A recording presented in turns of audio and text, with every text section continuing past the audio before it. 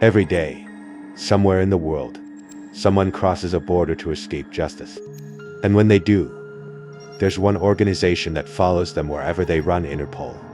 Short for the International Criminal Police Organization. Interpol links together the law enforcement agencies of 196 nations, from the FBI in the United States to Europol in the EU, to the smallest police outposts in remote corners of Africa. Interpol doesn't make arrests. Its personnel don't carry guns or chase suspects through airports.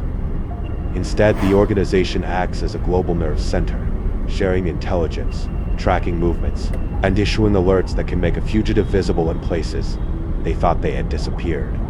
To do that, Interpol uses a color-coded notice system, a kind of international language of pursuit. A blue notice tracks someone's movements and is used when a suspect's location is unknown. A yellow notice helps find missing persons, particularly children. A black notice identifies bodies found far from home. A green notice warns other nations about criminals who may offend again. A silver notice helps trace and seize their assets. An orange notice alerts authorities to potential threats. A purple notice details specific criminal methods. But at the very top of that hierarchy sits the red notice, the most urgent and serious of them all. A red notice is essentially a global wanted poster, a signal to almost every police force on Earth to locate, arrest, and extradite the accused back to the member countries searching for them. There are currently over 6,500 red notices in circulation, featuring all manner of fugitives, from family annihilators to deranged gurus, fish-lipped drug traffickers to smiling human traffickers. And in this video, we'll be examining a handful of them. If looking at these most wanted lists has taught me anything, it's that law enforcement has access to so much data to track these criminals down. Check out this report, for instance. It contains email and postal addresses, social media profiles, relatives, dating profiles. It's almost 11 pages of sensitive information. Except, this isn't a report pulled from an investigation. It's a report on a random non-criminal anyone can buy from a data broker site. I didn't need a warrant to access this sensitive info. I just needed an account. Data brokers make billions collecting your personal data, packaging it like this, and selling it to whoever wants it. They were definitely selling a report on me, and are probably selling one on you right now. Why should anyone have access to so much of your information? But that's why I use Sora, the sponsor of today's video. Or protects your privacy by identifying data brokers selling your info. They take care of the hard part, automatically removing your info from these sites and keeping it off. A lot of services offer this, but none of them offer as many features as Aura for the same price. Try Aura free for 14 days at aura.com/lazy. In those 2 weeks, Aura will get to work scrubbing your personal info off these data broker sites. This is one of the most wanted men in the Western Hemisphere. A Mr.13 leader so powerful that he's turned parts of Honduras into his own private corporation. His name is Yolanadon Archagak, or Ayaz. But on the streets and in the prison yards of Central America, he's simply El Porky, a deceptively playful nickname for one of Interpol's most dangerous fugitives. To understand who Yolan or Porky is, we first have to understand what Mara Salvatrucha Mr.13 has become. What started as a street gang in Los Angeles in the 1980s has since grown into one of the world's most notorious criminal organizations, with tens of thousands of members across the Americas. In Central America especially, Mr.13 has evolved into something more than a gang. Some describe it as a parallel state, one that collects taxes, controls neighborhoods, sells narcotics and weapons on an industrial scale, and enforces its own brand of justice on those who oppose them. In a poor nation with few opportunities, such groups represent a way out of poverty, a brotherhood that can give their lives structure, value, and meaning. And that's exactly how Yolan was introduced to them. According to Yolan himself, he spent his childhood in the 1990s roaming the streets of San Pedro Sula. By day he stole watches, and by night he huffed paint thinner convinced he had died in the gutter before reaching adulthood. One evening, a sudden downpour drove him to take shelter in an abandoned building, where a chance encounter changed everything. Inside was a young Mr.13 member who called himself Indio. He'd been deported from the United States a few years earlier and was trying to rebuild his life in Honduras. From then, Indio took Yulin under his wing and gave him a new name, Porky. Their past selves didn't matter, he told him, and such nicknames allowed them to be reborn. In a sense, this older boy not only became Porky's mentor, but a father figure of sorts, and helped him escape a life on the streets. Like little more than a low-level gang soldier himself, Indio earned most of his money working at a gun store, where he taught Porky how to repair firearms of every kind. During those long nights at the shop, he explained Miss 13's blood feud with their rivals, a group called Barrio 18, and a war between the two factions would soon consume them both. In 1997, while up a ladder fixing a light bulb, Indio was gunned down by Barrio 18 headhunters. It was the first time Porky lost one of his own. Swearing vengeance, he formally joined the ranks of Miss 13 and began his transformation from street rat to kingpin. El Porky wasn't your typical tatty-covered enforcer, though. He was soft-spoken and strategic, a young man who saw Miss 13 not as a gang, but as a business. And that mindset helped him become a regional leader. Porky understood that power wasn't only earned through violence, it was sustained through structure. And as such, he didn't just hire muscle. He financed the careers of law students, unrecruited accountants and administrators to help protect and expand the group's piece of the pie. He promoted members based solely on merit, ensuring that the best and brightest worked directly under him. He didn't over-extort locals and cut down on random acts of violence to gain their loyalty. That's not to say he wasn't willing to order hits at a moment's notice, though he did so frequently, but intentionally, targeting members of Miss 13 that he suspected of disloyalty and anyone working for a rival faction, especially Barrio 18. According to informers, Porky would routinely have 18s, as he called them, captured and then tied to trees for machete and firearms training. Other times, he released them into the wild to be hunted like deer. All the while, he'd relax in a hammock, listening to their screams while raising a toast to Indio. Porky's intelligence and capacity for violence helped him rise to the top. Before long, he was the highest-ranking member of Morris, Alva Trupia, in the country. Under his leadership, the Honduran branch of Miss 13 became a tightly controlled enterprise, coordinating directly with Colombian producers and Mexican cartels to move narcotics north towards the US and providing them with elite Sika Rio kill squads. According to US indictments, Porky personally supervised multi-ton shipments of illegal substances into the States each year, then laundered profits to fill Miss 13's piggy bank. That money bought guns, safe houses, and loyalty, and paid for the kind of political protection that makes men like him almost untouchable. On Christmas Day 2015, Al Porky was arrested for his association with criminal organizations. He was sentenced to 20 years, but prison didn't slow Porky down. With the assistance of corrupt guards, he turned his prison into an operational hub and his cell into a boardroom, one from which he issued orders across Honduras using smuggled phones. In February 2020, Porky was taken to a courthouse hearing in El Progreso, accused of assassinating to Honduran prosecutors. He was escorted by van, not by helicopter as was protocol, a sure sign that something was amiss. As the hearing was brought into session, a commando unit of more than 20 Miss 13 members disguised in authentic military-style uniforms stormed the building. Security footage showed to synchronized entries. One team paraded a handcuffed decoy to make themselves appear official and cause a distraction, while a second team walked in a figure under a black hooded tunic, the kind used to hide a witness's identity, but which in this case was used to smuggle in weapons and ammo. Once inside the courtroom, the commandos unleashed hell, firing off rounds and extracting Porky through the main doors and into an escape van. A second firefight erupted at the exit. The jailbreak left 5 people dead, 4 officers and 1 Miss 13 member. Numerous bystanders were wounded, but Porky escaped unharmed.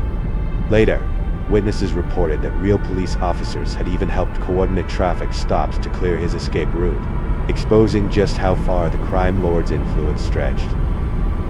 Frustratingly, Honduras is a country where the line between police and perpetrator can be wafer thin. Following the breakout, to Interpol red notices were issued by both Honduras and the United States, listing Porky under his other alias, Alexander Mendoza. The FBI also added him to its 10 most wanted list, labeling him one of the most violent and elusive figures in the Western Hemisphere and placing a $5 million bounty on his head.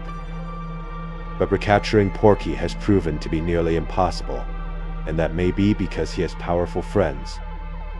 Some have accused the Honduran government of helping Porky evade justice, repayment for murdering his former cellmate, Nery Lopez, who was about to testify against President Hernandez. As would later come to light, the president's own brother was involved in the narcotics trade, and he had allegedly been using his influence to protect the operation. Nery Lopez allegedly had evidence of this. That remains unconfirmed, but it would explain the strange circumstances surrounding Porky's breakout. Though Porky is thought to still be in Honduras, he's almost certainly being protected by those loyal to or fearful of his authority. But perhaps more than anything, it's Ms. 13's infrastructure that's allowed Porky to remain so hidden. The group operates through cliques, semi-autonomous cells that continue operating even if the leader vanishes. So even if Porky may be hiding off-grid, he hasn't lost control. Today, Honduras's homicide rate remains among the highest in the world. Entire neighborhoods are under gang curfew. Children are recruited as lookouts, and bus drivers pay war taxes just to keep working. It's a society being held hostage by the network cell Porky helped expand, and it seems he has no intention of loosening his grip. Known as Dust Phantom, Norman Volker Franz is one of Europe's most elusive fugitives, a convicted murderer who escaped prison not just once, but twice, and vanished without a trace. For over 2 decades, he's managed to stay ahead of law enforcement despite being the subject of an Interpol red notice. His story reads like a thriller, but the victims he left behind and the danger he still poses are all too real. Born in 1970 in West Germany, Norman lived a pre-mundane life up until the age of 25. He trained to be an electrician, and though he was technically competent, colleagues described him as a restless young man who found the work dull and the money underwhelming. He dreamt of excitement, of status, and wealth. And so in 1995, he abandoned his professional career and, as one does, joined a criminal gang, one involved in counterfeiting and armed robberies. But frankly, he couldn't have signed up at a more dangerous time. A Polish bootlegger called Pawlish Guy had just gotten into a financial dispute with the group and allegedly had threatened one of their wives. Along with fellow gang members Christian K., Thomas D., and Andreas Prince, Norman was enlisted to settle the score. In May of that same year, the group lured Pawlowski to a remote road near Dortmund's Cyberg district. One of the members, Andreas Prince, stopped the Polish man's vehicle and approached, pretending he needed to speak with him. Inside the car was Pawlowski and 2 other men. They may have been innocent, but Prince didn't care. As the window came down, he casually tossed a live hand grenade into their car. Before the 3 targets knew what had just happened, the device exploded and set the vehicle alight. Pawlowski was unable to get out of the car and was consumed by the flames. One of the passengers, whose legs had been shredded, managed to crawl from the vehicle, but the ambushers callously executed him with a pump-action shotgun blast to the head. The 3rd occupant managed to escape the immediate scene but was pursued by Norman and his accomplices in a BMW. They drove up beside him and opened fire, but despite the grenade shrapnel and shotgun blast that he had sustained, this 3rd target managed to escape into a forest. His testimony would help police piece together the massacre and link it back to Norman's gang. Feeling the heat, Norman altered his appearance and fled with his girlfriend, Sandra, across several European countries before finally being apprehended at a toll station in France. He was extradited back to Germany and, despite claiming that he hadn't fired his weapon, was sentenced to life in prison for double mord, or double murder. That same year, while behind bars at Hagen Prison, he married Sandra and, in very Bonnie and Clyde fashion, they quietly planned his escape. On March 11th, 1997, Sandra paid a conjugal visit to the prison. Having been mistreated by near most everyone, from her parents to other men, while growing up, Norman had been one of the few people to treat her with kindness and respect. And for that, she was completely loyal to him. Besides, she knew that he wasn't actually one of the trigger men, that he was innocent of any wrongdoing in the Polish incident. He'd been sure to convince her of that, and so, risking her own freedom, she taped diamond wire saw blades to the inside of her belt and covertly passed them to Norman during the visitation. According to one source that night, Norman sawed through the bars on his window, climbed onto the roof using a ladder fashioned from broomsticks and bucket handles, and slid down the gutter. A fan of theatrics, he even left the stereo in his cell running with the song Time, to say goodbye playing on a continuous loop. As expected, Sandra was waiting for him in her red VW Polo with 15 marks, food, clothes, to fake passports, and a pistol with 2 loaded 9mm Luger magazines. For 2 weeks, the lovebirds sustained themselves by shoplifting groceries, but knew that if they were to start a new life abroad, they'd need to get their hands on some serious money. And so, on March 26, 1997, Norman ambushed Rudolf Tam, a security guard delivering cash to a bank in Weimar. Norman shot Rudolf, grabbed the cash box, and escaped on foot, all the while Sandra was acting as a lookout. She hadn't expected Norman to kill the guard, but he said that the man tried to grab the weapon from his hand and it just went off. Again, she believed him. The box contained less cash than they thought, around 15,000 Deutschmarks, or a little over $8,000 at the time. So on July 21st, Norman struck again. This time, he promised his wife no blood would be spilled, but he lied. That afternoon, Norman ambushed the couriers, Gerd Koch and Peter Seidel, as they were about to load nearly 500,000 Deutschmarks into an armored vehicle in pies. Without warning, he fired shots into the back of their heads.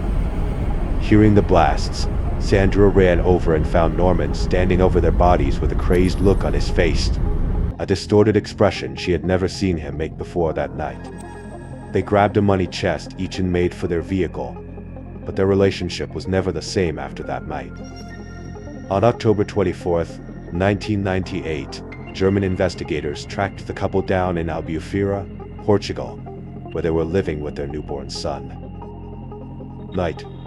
Norman had failed to stop at a police checkpoint. An official scanned his license plate. The car had been bought under a fake name and was linked back to the couple. Norman didn't think that the Portuguese would extradite them, but when officers approached the couple as they were exiting a supermarket, he knew that the jig was up. The pair surrendered without resistance. They were both placed in custody while awaiting extradition. In the meantime, he and Sandra exchanged letters. In one he wrote to Sandra, "I love you so much and what I would give to have spared you all of this. I hope you don't regret the time you spent with me. You have reason enough. I wouldn't trade this life for any other, even if others wouldn't understand. I have your love and my love for you isn't hurt. What more could I want?" On July 28, 1999, Norman Franz broke out of Lisbon's central prison. Much like before, he cut through the bars of his cell window and used knotted bed sheets to rappel down the outer wall. How he acquired another so remains unclear, but by the time guards realized what had happened, the Phantom was long gone. Since that night, he's lived up to his nickname and hasn't been seen or heard from. In his final letter to Sandra, he had written, "I'll definitely send you the picture of the wolf beforehand. I know it will cheer you up. Then you'll have something to look at." It was a code which they had discussed. If Sandra received a wolf picture in the mail, it meant that the coast was clear, that Norman was going to break her out, and that he hadn't forgotten her. Sandra was returned to Germany and sentenced to 6 years and 3 months. she never received a picture of a wolf. In fact, neither she nor her son heard from Norman again. She has since divorced him. As of 2025, Norman Volker Franz remains one of Interpol's most wanted fugitives. Authorities believe he may be relying on false passports and working in under-the-radar industries, such as construction or hospitality, where background checks are rare and cash payments are common. He speaks fluent German and Portuguese and likely has resources and contacts that allow him to stay mobile and hidden. It's also believed that he has cut all ties with family and past associates to avoid detection. Over the years, there have been scattered reports suggesting he may be hiding in Portugal, on Caribbean islands, in South America, or even in Africa, though none of them have been verified. As well as these images of Norman, this sample from a phone call recording has also been released. Dem, ITDEMGES Procen, me. Also dura est e supereu fgen fallenda. Ich. Like. And derwa. Ich bin jetzt da. Like. Word ich VOMGEF. And this Fernie how be stunned ins all. Character 4T. Anyone with information is urged to submit a tip to Interpol. Rewards totaling around 100,000 euros are on offer for any information leading to Norman's arrest. Antonio Angles Martins, known to friends as Sugar, is often described as Spain's most wanted man and has an extremely disturbing Interpol profile to back that claim up. He is sought for his part in the ALC Asser Girls incident, one of the nation's most infamous and contentious cases. Born on July 27, 1966, in Sao Paulo, Brazil, Antonio and his family relocated to Valencia when he was just 2 years old. From adolescence, he began exhibiting violent behavior, particularly towards women, and habitually beat his own mother, on one occasion knocking out some of her teeth. In January 1990, Antonio was imprisoned for kidnapping and beating 20-year-old Nuria Puramatu, accusing her of stealing his heroin. He had chained her up inside a house in Cade Arroyo and kept her there for 2 days. He unluckily would have killed her by throwing her in a well if not for the intervention of his brother, who stepped in just in time to save her life. For that, Antonio was sentenced to 6 years and 4 months. But prison authorities decided to give him a chance of rehabilitation. And so on March 5, 1992, he was granted a 6-day furlough, a temporary release meant to help inmates reintegrate into society. But Antonio had no intention of returning. He vanished during that leave, and a warrant for his arrest wasn't put out for 6 months. But failing to return to prison isn't the reason for Antonio's red notice. His worst crime was yet to come. It was the night of Friday, November 13th, 1992, and 3 friends, Miriam Garcia, Desiree Hearn, and Azia, and Tony Gomez, were getting ready for what should have been an ordinary evening out. The trio, all from the quiet and safe town of ALC Asser, were planning to attend a high school party at Coulor, a popular disco on the outskirts of Picassent, another town just 4 km away. A 4th friend, Esther, was meant to join them but was forced to stay home due to sickness. At 0 p.m., Miriam asked her father to give them a lift to Coulor, but he too was bedridden with the flu. So, like they'd done many times before, the teens decided to hitchhike.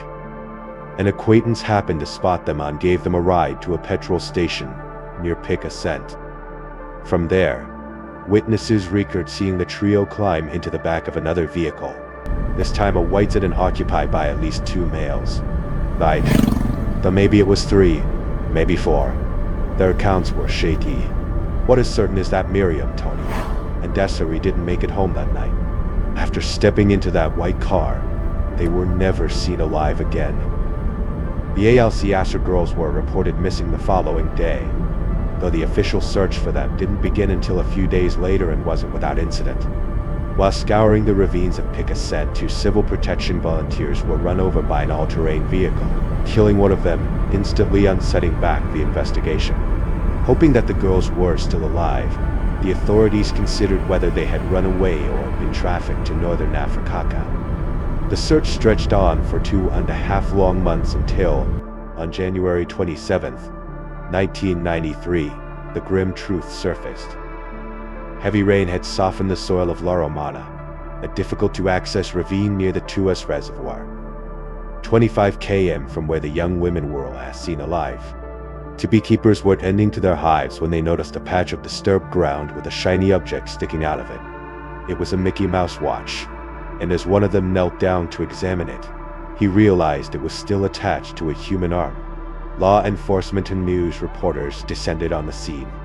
After digging up the area, they discovered a grave containing the bodies of the ALC Asher trio, wrapped in carpet, one on top of the other. They'd been tied up and mutilated, and a cross was found lodged inside one of their bodies. The public was furious, and their outrage only grew when primetime networks aired close-ups of the remains on TV. Additionally, early police missteps, the mishandling and losing of evidence, a botched autopsy, and general institutional incompetence allowed speculation to thrive. The media latched onto that, with some claiming a group of wealthy and powerful elites committed the atrocity, either as part of a satanic ritual or a snuff movie film shoot. Like, many Spaniards still believe that. However, prosecutors allege that the men responsible were Miguel Ricard, aka the Blonde, a volatile addict who did indeed own a white Opel Casa, and his close associate Antonio Sugar Angles.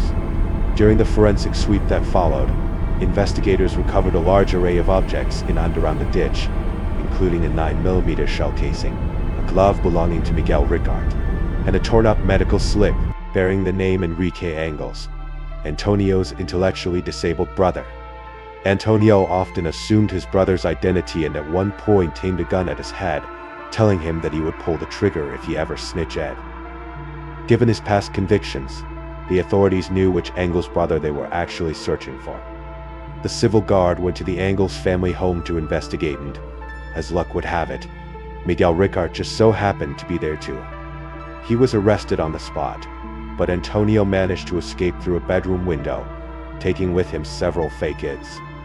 For nearly a month, Antonio moved between villages across Valencia, sleeping rough in fields and abandoned buildings.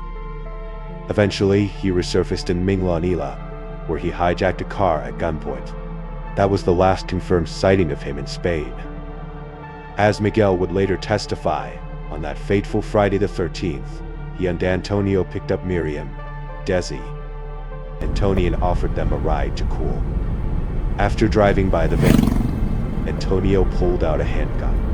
When the 3 victims became agitated, he struck them with the butt of the weapon, bound their wrists, and ordered Miguel to head for a hot Encantado, White, one of Antonio's hideouts. Throughout the night, Antonio forced himself upon the victims, toyed with them, and tormented them in unimaginable ways.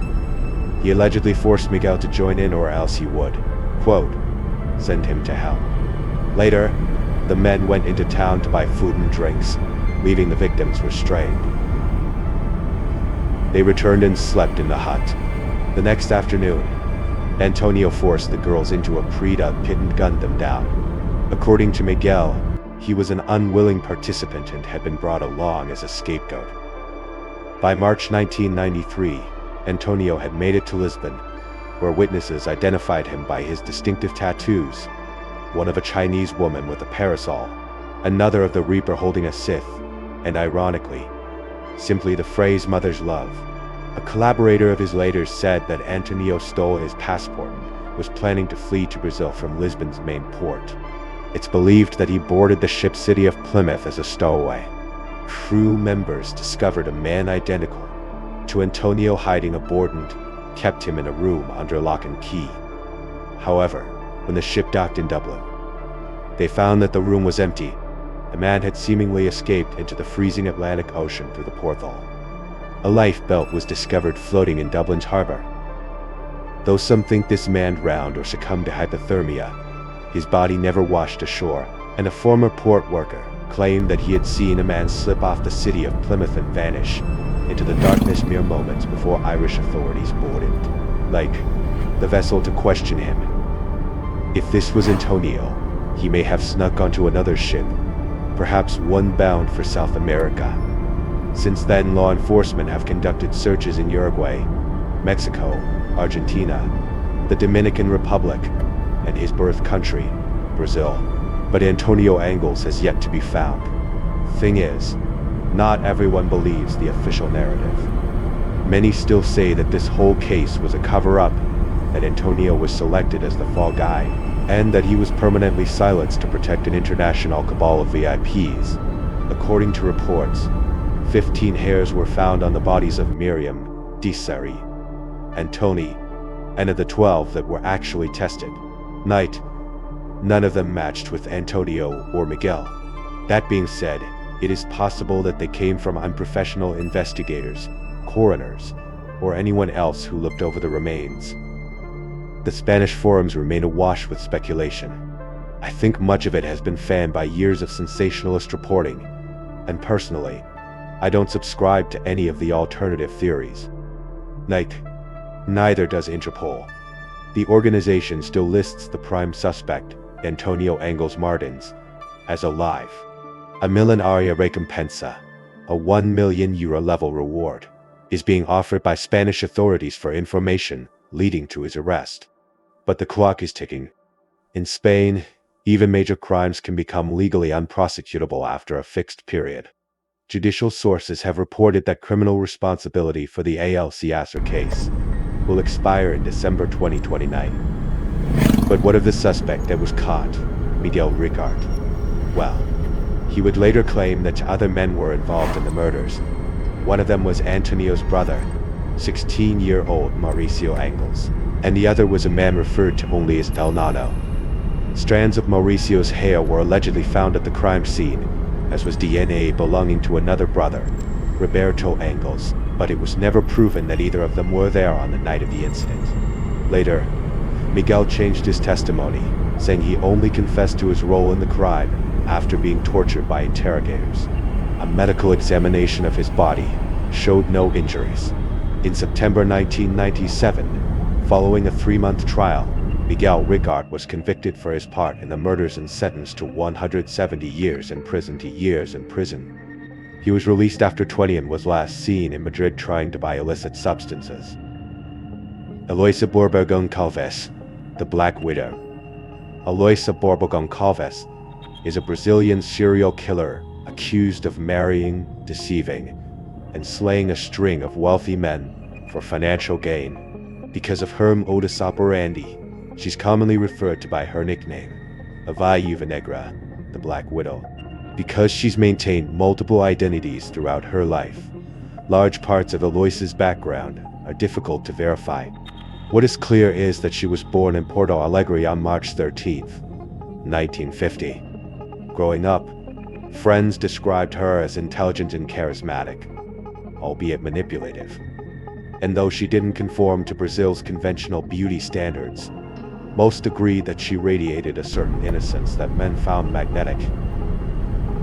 Men like Eloisa's first partner, Carlos Pinto da Silva, with whom she had her first child, Patricia, at the age of 19. But as Eloisa came to realize, playing happy families wasn't her bag. At the age of 21, she left Carlos behind and moved on to someone new, a reserved German physician named Dr. Gunther Wolf, a man 17 years her senior. Their relationship moved quickly, and before long, Eloisa was pregnant again. On December 27, 1971, the couple set out for Tiaquara in Dr. Wolf's Volkswagen. Somewhere along the route, their car collided with a truck. Wolf was killed instantly. Eloisa walked away unharmed.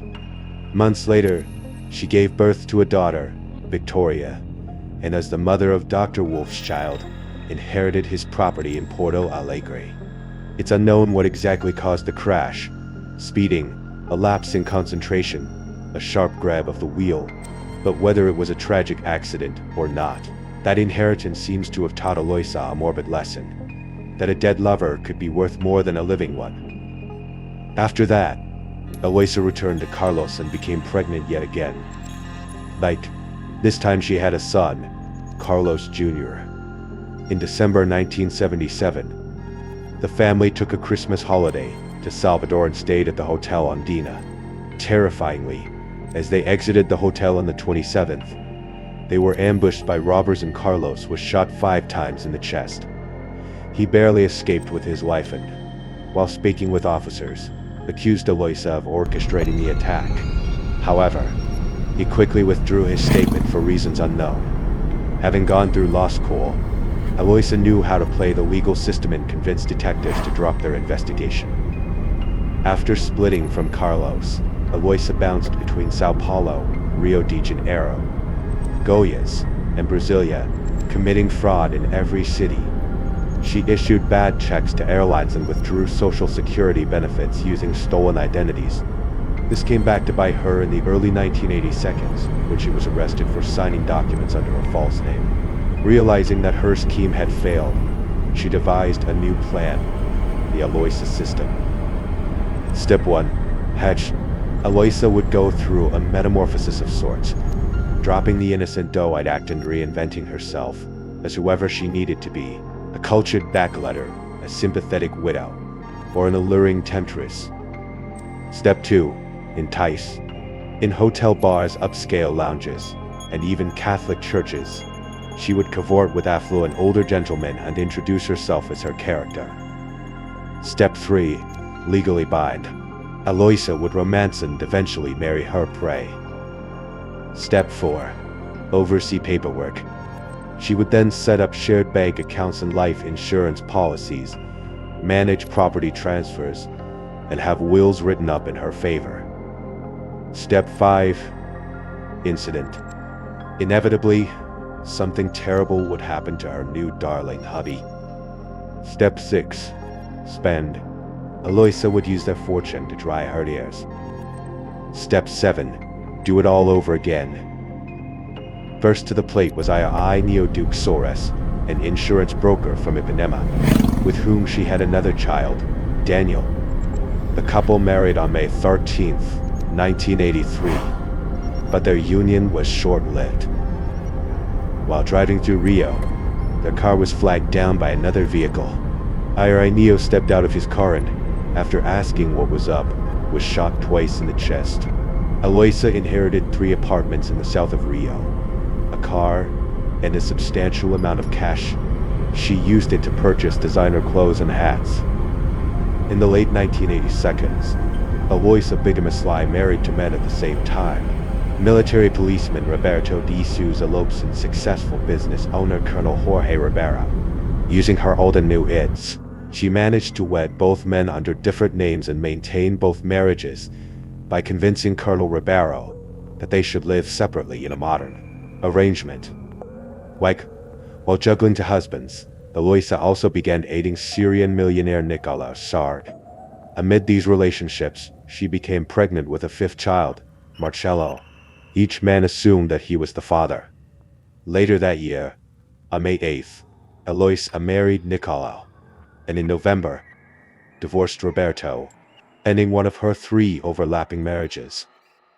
On December 29th, 1991, Nicolas Sard was found dead at his home.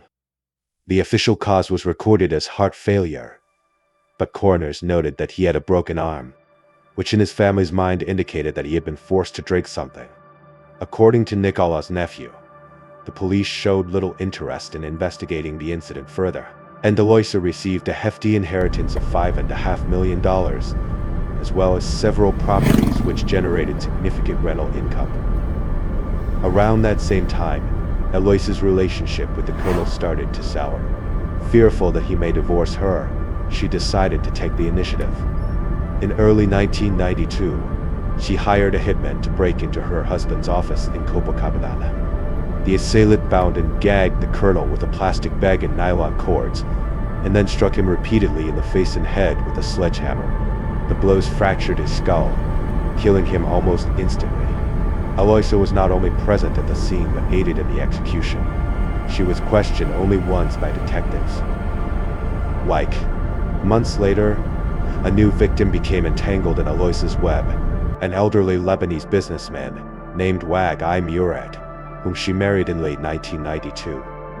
Months later, while stopped at a red light in Recreio dos Bandeirões, Wag-I and his friend Wagner Lino were shot dead in their car. Despite having been married for less than a year, Aloysa inherited the bulk of Wag-I's estate.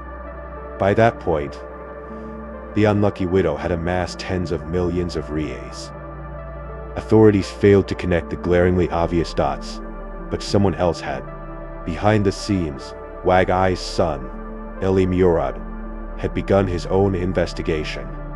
Suspicious of his stepmother, he hired private eyes to dig into her past, and what they found was staggering: a trail of dead husbands and boyfriends stretching back years. Ali became convinced that Aloysa had orchestrated his father's murder as well. In October 1993, Eli set out for the police station to hand over his evidence. On the way, two gunmen ambushed his car. Eli watched as his bodyguard, Luis Marques, was gunned down beside him. Before Eli could unbuckle his belt, a bullet tore through the back of his head and his world went dark. But miraculously, Eli survived. After 2 weeks, in intensive care, he took his findings to the police, accusing Aloysa of not only attempting to take his life, but of successfully eliminating Luis Marques, Wag-I Murad, Wagner Lino, Colonel Ribeiro, Nick Al-Assad, and Irineo Duque Soares. Though she used her considerable net worth to fight the charges and push back the proceedings, Aloysa was forced into hiding circa 2010. After missing hearings, she was tried in absentia under Brazil's empty chair law. In 2011, it was sentenced to 4.5 years in prison for fraud and bigamy, and a further 18 years for double-qualified homicide. Officers scoured Rio for her, and a reward of 11,000 reais was advertised for tips, but it was too late. Aloysa had already fled the country. Unsurprisingly, given the police's incompetence, it fell on Eli to track her down. He managed to uncover a paper trail that led to California, New York, and Virginia in the USA. This information was passed on to the federal police, who in turn forwarded it to Interpol. A red notice was swiftly issued. As it stands, the Black Widow is currently believed to be residing in Florida, where she signed documents as Aloysa Sard Lopez, combining the surnames of one of her former partners and a more recent American husband. At least 2 of her children, Patricia and Carlos Jr., are also living in the Sunshine State with her. One helps foreigners become citizens, while the other is a pilot with his own air transport company. Both Patricia and Carlos Jr. have since faced charges of document fraud after Aloysa tried to put her deceased husband's properties in their names. According to Interpol, 75-year-old Aloysa has managed to remain on the run due to the use of 8 false names. In addition to having considerable financial capacity and relatives living abroad, if she does have naturalized American status, that won't help either. The US rarely hands over their own nationals, even when treaties allow for it. So she's found. Getting her back to Brazil could be an uphill battle. Do you live in Florida? Have you seen this face? If so, Interpol would like to hear from you. I moved to South Dakota about 5 years ago. It was the first time I'd ever lived alone, and honestly, it was long overdue. My parents had been on my case for years about getting out of the house, and I finally caved. I'm not exactly a social butterfly, so the idea of living somewhere secluded actually appealed to me. The house I found was in one of the snow-ier parts of the state, tucked away on a stretch of land where the nearest neighbor was a solid walk away. That was fine by me for the most part. That's exactly what I got. The first few years were uneventful in the best way possible. I kept to myself, went to work, came home, and didn't bother anyone. I never introduced myself to any of the neighbors, partly because I'm just not that kind of person, and partly because there wasn't much of a compelling reason to do so. The houses out there are so spread apart that you could go weeks without seeing another soul. Everything changed one afternoon in early February. I was at work when the snow started coming down. At first, it was nothing unusual, but within an hour, it had escalated into something else entirely. The wind picked up, visibility dropped to almost nothing, and the road started getting dangerous. My boss eventually told everyone to head home before conditions got any worse. I drive a lifted truck, so I wasn't too worried about making it back. I've driven through plenty of bad weather before, and the truck has always handled it well. Still, there were certain sections of the drive that had me a little concerned. By the time I finally pulled into my driveway, I was just relieved to be home. But when I went to unlock my front door, I realized it was frozen solid. I stood there for a second, processing what was happening, then tried again, but it wouldn't budge. I didn't have a lighter on me or anything else that could generate enough heat to thaw the mechanism. I tried breathing on it, cupping my hands around it, even banging on it a few times out of frustration. None of it worked. I walked back to my truck and sat there, not sure what to do. The heater was blasting and I told myself I'd just wait out the storm. Maybe it would die down in an hour or two and I could figure something out. But as I sat there watching through the windshield, the snow only seemed to fall harder. After maybe 10 minutes, I realized I was making a mistake.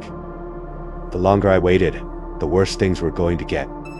My truck was already half buried, and even with the lift, I doubted I'd be able to get back out of the driveway. So now, driving wasn't even an option anymore. I didn't have anyone to call. I didn't know any of my neighbors, and my parents were hours away. I tried to drive the truck out of there, but like I suspected, it was stuck. My only real option was to walk to one of the neighboring houses and ask for help. I hated the idea of it, showing up at some stranger's door, asking them to take me in, but I didn't have another choice. Staying in my truck all night wasn't gonna work. The gas would eventually run out, and then I'd be sitting in a freezing metal box in the middle of a blizzard. The closest house was still pretty far away, probably a quarter mile or so. By the time I reached it, I was shivering uncontrollably. It was a tiny one-story house, and even through the blowing snow, I could tell it was in rough shape. I knocked on the front door as loud as I could. I waited for a good minute and was just about to turn away and try the next house when the door swung open so violently, I actually took a step. Back. The man standing there looked around 50 years old with a very nondescript face. He looked at me for a second without saying anything, then introduced himself as Joe. I explained my situation and he nodded slowly, stepping aside to let me in. I should have felt relieved, but something about him felt off from the start. It was hard to pinpoint at first. The house was warm, which was all I really cared about in the moment. He offered me a seat on the couch and sat across from me, in a worn-out armchair. We made small talk for a few minutes, or at least I tried to. He answered my questions, but his attention seemed to be somewhere else entirely. His eyes kept darting around the room, from me to the floor, to the ceiling, to somewhere over his shoulder. It was like he couldn't focus on any one thing for more than a few seconds. At first, I thought maybe he was just nervous about having a stranger in his house. That would have been understandable. But the longer we sat there, the more unsettled I became. He couldn't focus on the conversation either. He'd be mid-sentence and then just trail off, staring at a spot on the wall, like he was looking through it. I decided I wanted as little interaction with this guy as possible. I told him I was exhausted and asked if I could just get some sleep. He seemed almost relieved by the suggestion and pointed to the couch, saying I could crash there for the night. I asked if we could turn out the light, and he flicked off the lamp without argument. But he didn't leave. He just stood there in the doorway for what felt like a full minute, not saying anything, not even moving. I lay on the couch with my eyes half closed, trying to look like I was already drifting off. Eventually, after this long, uncomfortable pause, he finally receded down the hallway toward what I assumed was his bedroom. I really did try to sleep. I was exhausted and the couch was actually more comfortable than I expected. but I couldn't shake the feeling that something was deeply wrong. Every time I closed my eyes, I started to drift off and then jolt awake, convinced I heard something. About an hour in, I actually did start hearing things. It took me a few seconds to realize that the thumping and scraping sounds were coming from above me. At first, I told myself it was just snow shifting on the roof. That happens all the time in heavy storms. But these sounds were different. Somehow, that didn't make any sense though. The house was one story. There was no upstairs floor for anyone to be walking around on. I lay there staring at the ceiling, trying to convince myself there was a rational explanation. The sounds continued for several minutes, sporadic but persistent. And then, without warning, there was a thump that was considerably louder than all the previous ones. It was so sudden and so forceful that I shot up right on the couch. And as soon as I sat up, I saw him. Joe was standing in the doorway again. He must have been there for a while, just watching me in the dark, because I hadn't heard him come back. My skin started feeling itchy. I opened my mouth to say something, but before I could get a word out, he literally charged at me. He jumped over the back of the couch and tackled me to the floor. The next few seconds were pure chaos. We rolled around on the carpet, and I realized he was trying to put me in a chokehold. He was stronger than he looked, and for a moment, I thought I wasn't going to be able to get him off. I kept resisting, and he started yelling. He kept referencing this her, like I was supposed to know what he was talking about. He said she was lonely, and something about how she would find me good company. I wasn't thinking about that though. I was fighting for my life. I finally managed to get enough leverage to shove him off me.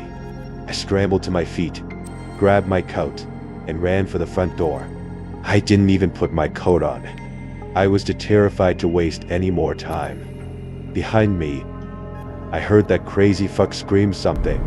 I'm pretty sure he said she's not gonna be happy, or some insane shit along those lines.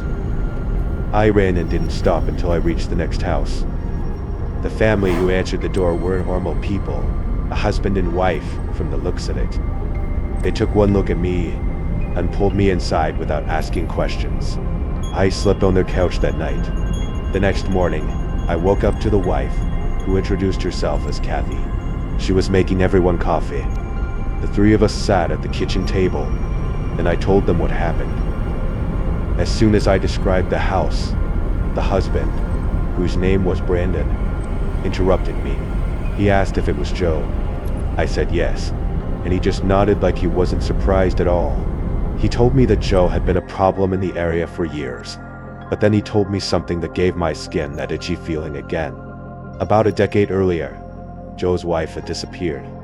There was never any official investigation. Nothing was ever proven, but most people in the area suspected he killed her. The body was never found. I immediately connected the dots, but kept my mouth shut for whatever reason. I still have no idea why I didn't speak up. I did end up reporting my experience to the police, but I don't think they ever did anything to deal with it. The scariest part is that I still live in the same house 3 years later. Nothing has happened since that night in the blizzard. But I'd be lying if I said I don't get a weird feeling every time I doctor past Joe's house. The one silver lining to all this is that I got close with the family who took me in that night. But I always get a weird feeling every time I go over there, because it reminds me of Joe and whatever god-awful thing he's done to his wife. This happened last winter during one of the worst blizzards I can remember. I'm 27 and live alone in a small rental house in upstate New York. I work remotely in finance, which sounds fancier than it is. Mostly, I just sit at my desk and stare at spreadsheets all day. The point is, I rarely have a reason to leave the house during the week. Some weeks I don't leave at all anyway. The local news has been hyping up this blizzard for days. You know how they get. Every storm is potentially historic or life-threatening until it dumps 3 inches and everyone moves on. But this one actually looks serious. The weather alerts were telling people to stay off the roads unless absolutely necessary. Stock up on essentials, all that. So I went grocery shopping that morning, grabbing enough food to last me through the weekend. and then I settled in for what I assumed would be a boring few days of working from home. The snow started in the mid-afternoon, and by around 8, like 0 p.m., I could barely see past my front porch. I spent most of the evening on my couch, half watching TV and half listening to the wind howl outside. It's a specific kind of sound. Wind during a blizzard, not like a summer storm where it comes and goes. This was constant, like the house was inside a tunnel. At around 10:30, I heard a new sound.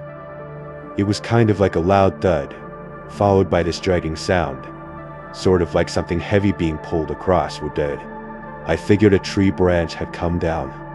There are a few old oaks near my driveway, and with all that snow and wind, it wouldn't be surprising if one of them dropped a limb. About 15 minutes later, though, I heard a car horn. It wasn't a normal honk. It was weak and intermittent, almost like someone had tapped the horn on accident.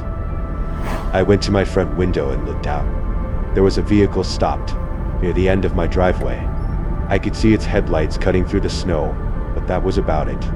I stood there for a few minutes waiting to see if anyone could get out, but I couldn't make out any movement. With the storm the way it was, I couldn't even tell what kind of car it was. My first thought was that someone had slid off the road. It happens out there, especially in weather like that. It sounds callous, but I wasn't about to trudge out into a blizzard to check on a stranger.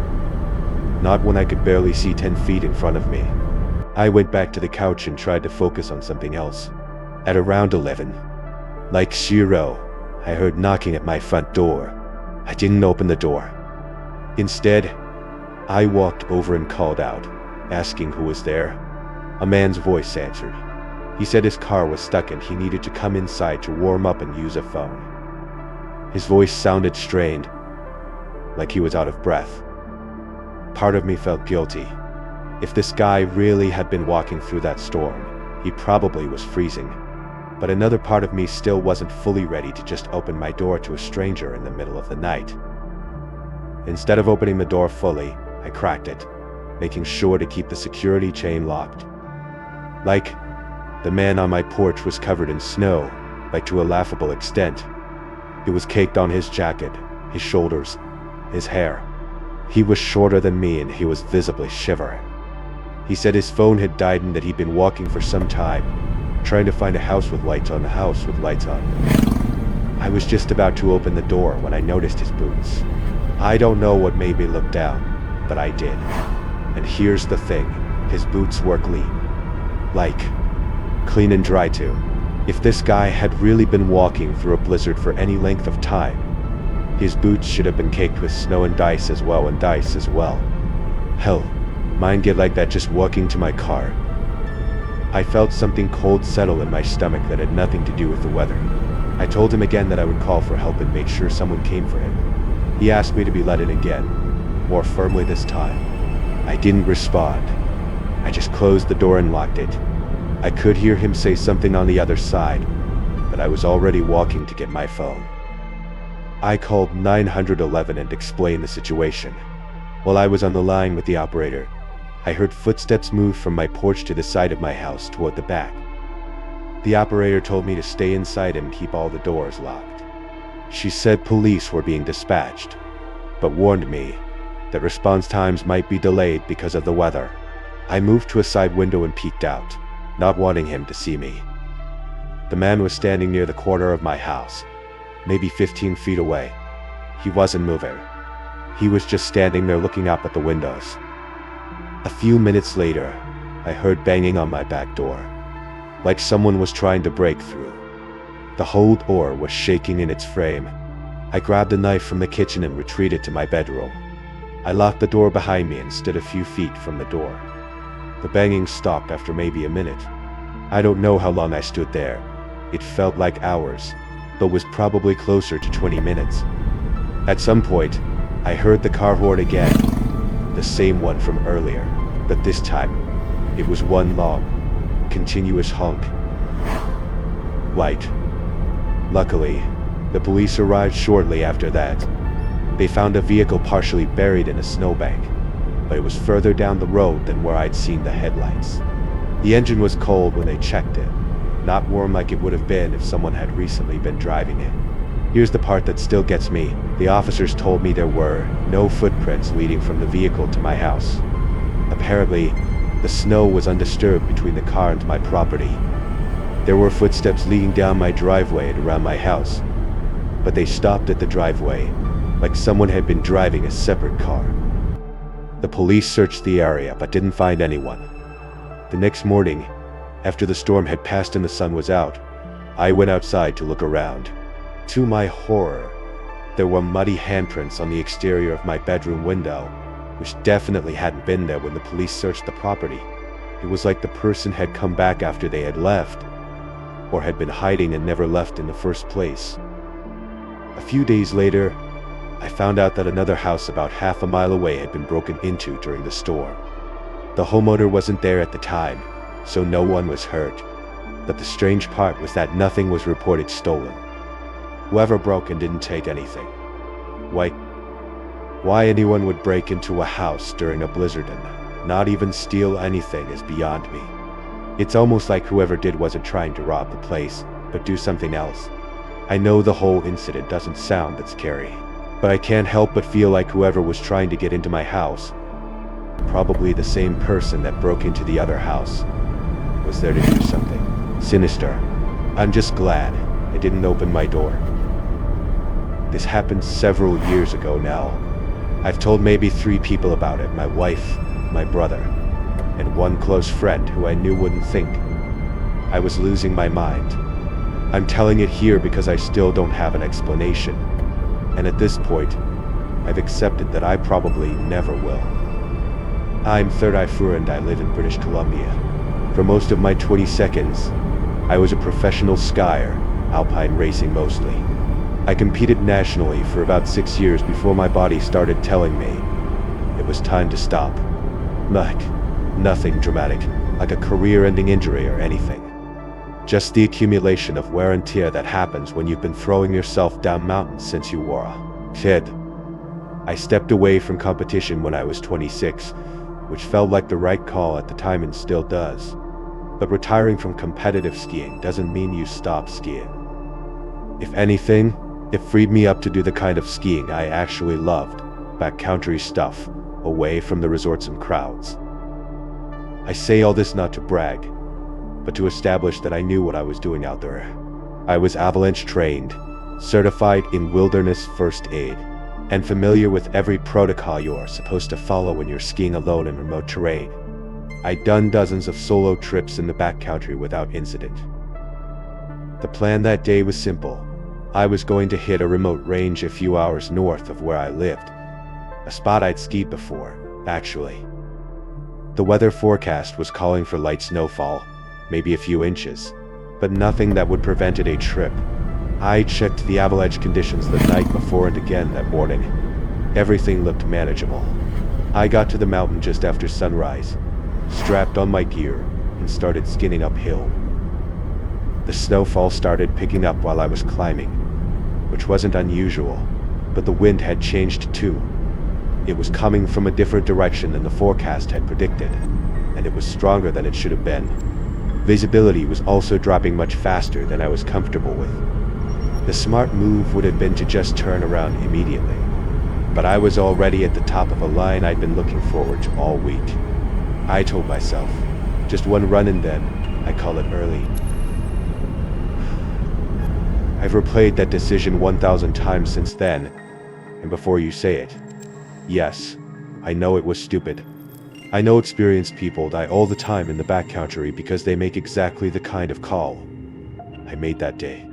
I knew it then too, but I did it anyway. The descent started fine. The pitch was manageable and I was skiing conservatively just to be extra safe. About 2/3 of the way down the mountain though, the worst possible thing happened. If you've never been caught in an avalanche, it's hard to describe how fast it happens. 1 second you're in control, the next you're just not. It's not the same thing as wiping out, or even catching an edge. The snow moves and you have no choice but to move with it.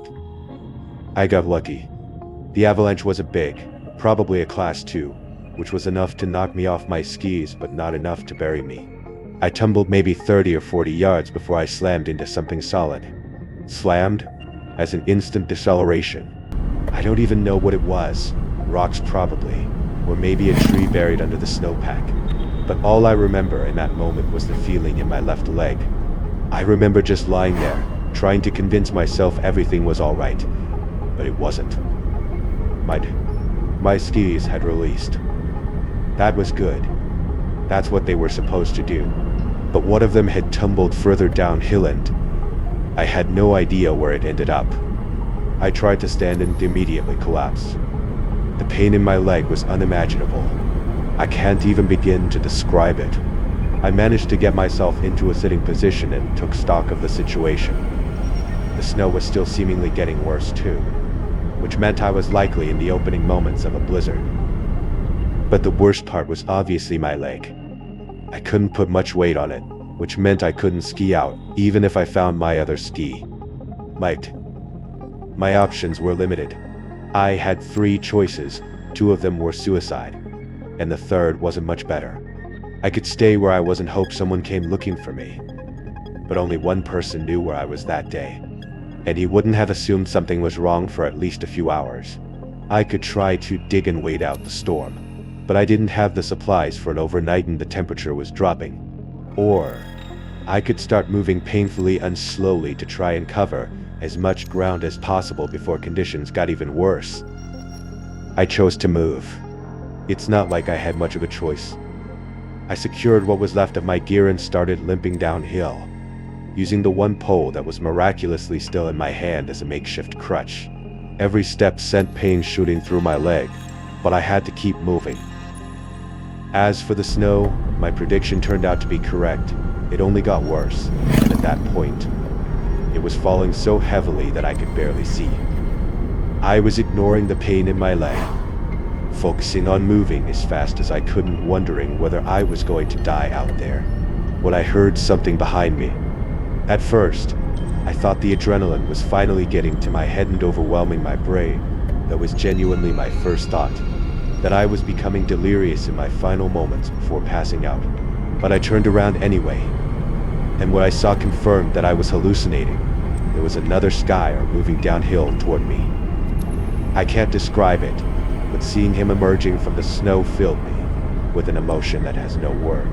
I was skeptical as to whether what I was seeing was even real, simultaneously relieved and terrified that there was another person out there and something else. There was fear, but for what? I didn't know. He reached me within a few minutes. He was alone in backcountry equipped like me. He pulled off his helmet to readjust his goggles and asked if I was hurt, and I told him what happened. Without wasting a second, he moved up to my side and let me put my arm around his shoulder. We started moving together. Like I said before, I felt something that I couldn't explain. There was something beyond the adrenaline, pain, relief, and confusion. It didn't feel like a normal interaction. It felt like he hadn't stumbled upon me by accident, as crazy as that sounds. We talked about the basic stuff, most of which I don't remember. But there was one thing he said that stayed with me for whatever reason. He told me he hadn't used his legs in a long time and it was nice to get back on solid ground. I didn't really know what he meant by that. I assumed he was talking in some ski jargon I didn't know. I laughed and we kept going. At one point, I had to stop. I remember this exact moment like it was yesterday. I leaned against a tree and closed my eyes for literally seconds, and when I opened them, he was gone. There was no one there. But unless he buried himself in the snow, there was really nowhere for anyone to go either. I yelled for him. What else was I gonna do? But no one called back. I started looking at the snow in the immediate area, thinking maybe he had gotten buried. Nothing. It gets worse though. There were no tracks in the snow other than my own. I started freaking out. He'd been right there, right next to me, supporting half my weight for what must have been like an hour. But there was nothing. I started feeling dizzy, like someone had just punched me in the gut. and the feeling I had been feeling earlier came back. The rational part of my brain was insisting there had to be an explanation. Could I have been more disoriented than I thought? Maybe the snow had filled in his tracks faster than mine. Or maybe I had hallucinated the whole thing. Maybe I was already dead.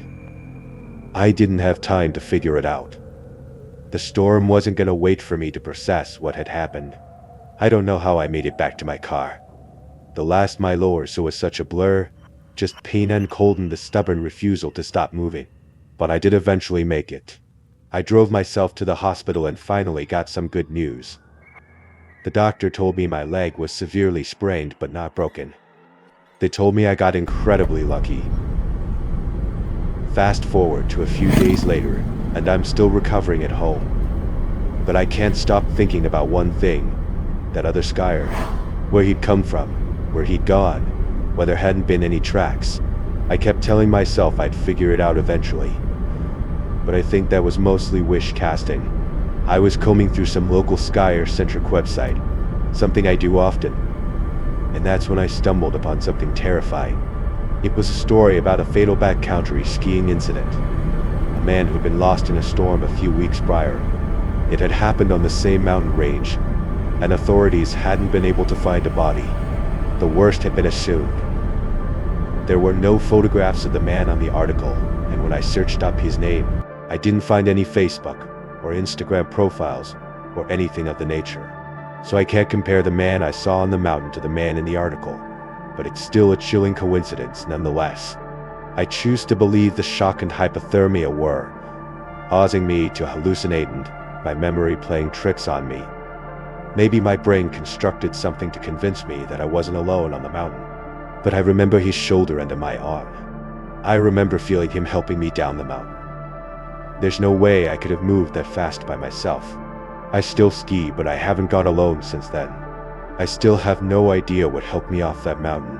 This happened during spring break of my junior year of college. Me and my 3 closest friends, Kevin, Ale, and SCB, decided to go car camping in Colorado. We've been doing these trips together since freshman year, but we were all pretty broke that semester. So we went with dispersed camping instead of paying for an actual campground. I found this spot on one of those camping apps that showed free sites. It was somewhere outside of Buena Vista, tucked back on this Forest Service road that seemed to go on forever. The 4 of us had done enough camping together that we knew what we were doing. We got there around late afternoon and found this clearing near what looked like it used to be a creek bed. It was completely dried up, but you could tell water had run through there at some point. The area was pretty isolated. We didn't see any other campers, or even tire tracks from recent visitors. It was, honestly, perfect for the kind of vibe we were going for. We set up our tents in a loose cluster, maybe 15 feet apart from each other. Nothing fancy about the arrangement, just wherever the ground looked level and didn't have too many rocks. I don't even remember what we did that night, probably just drank a few of the beers we brought while playing cards.